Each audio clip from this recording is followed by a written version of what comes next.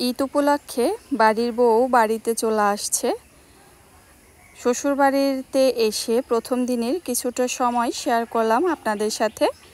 আশা করি ভালো লাগবে। আসসালামু আলাইকুম, কেমন আছেন সবাই? আশা করি আল্লাহর রহমতে সবাই ভালো আছেন। আর 2 দিন পরেই কিন্তু আমাদের কুরবানির ঈদ। আর এই জন্য কিন্তু কম বেশি সব মুসলমানের ঘরে অন্যরকম একটা আনন্দের আমেজ কাজ করছে। এখানে আমি কিন্তু যেহেতু শ্বশুরবাড়ি আসতেছি, এই জন্য আমাকে লঞ্চে করে আসতে হয়েছে। যদিও সচরাচর কিন্তু আমার তেমন একটা আশা হয় না। আর যেহেতু আসতেছি দীর্ঘদিন পরে, মনের ভিতরে অন্যরকম একটা আনন্দ, সেটা আসলে বলে বোঝানো যাবে না। আর সবাই মিলে ঈদ করা, এটা তো আরও আনন্দ, খুব বেশি আনন্দের। আসলে এই সময়ের ভিডিওটুকু আমার ছেলে নিয়েছিল। আমি আসা থেকে শুধু লঞ্চে বসে এতটুকুই ভিডিও করা হয়েছিল, কোনো রকম ভিডিও শেয়ার করিনি। আমি চেয়েছি খুব এনজয় করে আসবো, এই কারণে আর কি ভিডিও করিনি। তো লঞ্চে যখন বসেছিলাম এই সময়টাতে আমার ছেলে ভিডিও করে নিয়েছিল। তো ওর কাছে তো খুবই ভালো লাগছিল। আর বুঝতেই পারছেন গ্রামের বাড়িতে আসছে, তার ভিতরে যে কি একটা আনন্দ। আর আমরা যখন ঠিক ভোর 6টায় লঞ্চে উঠেছি, তো একেবারে রাতের বেলাতে তো আমার ছেলে ঘুমাই নেই, দাদার বাড়িতে ঈদ করতে আসবে। আসলে ছোটোবেলায় আমরাও যখন নানা দাদার বাড়িতে যেতাম এরকম কিন্তু আনন্দ কাজ করতো।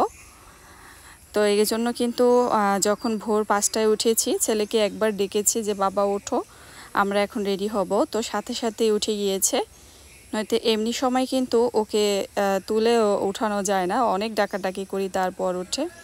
তো একেবারে আমি আর ওভাবে ভিডিও করিনি, গাড়িতে বসে বাসায় চলে আসছি। গোসল করে মেয়েকে খাইয়ে দিয়েছি। যেহেতু ঘুম একদম কারোই ক্লিয়ারভাবে হয়নি পুরোপুরি, এজন্য মেয়ে এসেই ঘুমিয়ে পড়ছে। তো ভাবলাম দাদার বাড়িতে আসছে, কিছুটা সময় একটু শেয়ার করি। তো ও খুব আরামসে ঘুমাচ্ছিল। আর আমিও কিন্তু এসেছি যখন বাড়িতে, তার কিছু সময়ের পরই বৃষ্টি শুরু হয়েছে। আর সেই বৃষ্টিতে এসে কিন্তু গোসলও করেছি, খুব ভালো লাগছিল। বেশ কয়েক বছর পরে আমি বৃষ্টিতে এরকম গোসল করলাম।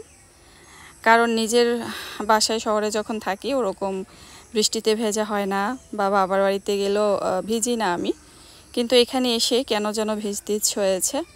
আর রুমের জানালার কাছে দাঁড়িয়ে আরও ভালো লাগছিল। পাশেই একটা পুকুর, আর আমার অতি পছন্দের একটা গাছ, সেটা হলো মেহেন্দি গাছ। এই গাছটা দেখে তো আরও ভালো লাগছিল। তো গ্রামের পরিবেশ বুঝতেই পারছেন, গাছপালা একটু বেশি, যার কারণে কিন্তু আরও বেশি ভালো লাগে। তো আমি যেহেতু এই রুমটাতে থাকছি, আর আমার মেজো যা মোটামুটি আমার জন্য রুম গুছিয়ে রেখেছে।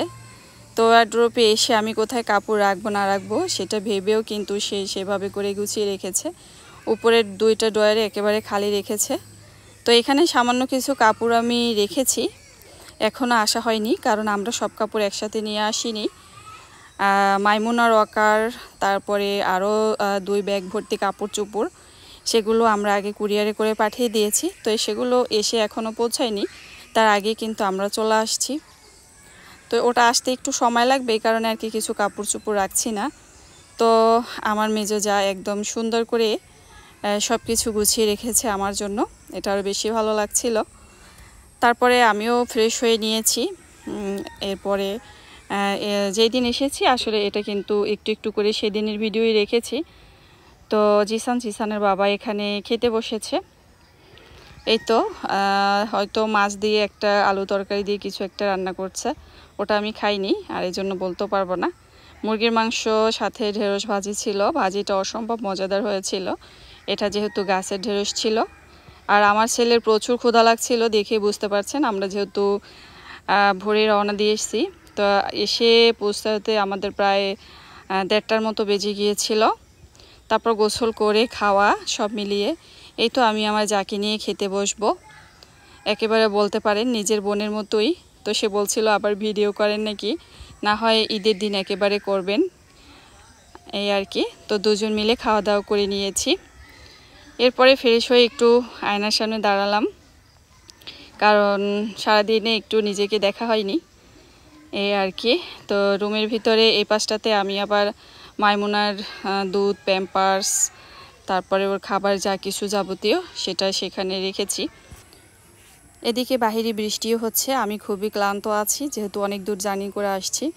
একটু টিভি দেখে ঘুমিয়ে যাব, শরীর খুবই ক্লান্ত। তো আজকের মতো এখানেই বিদায় নিচ্ছি। আল্লাহ হাফেজ।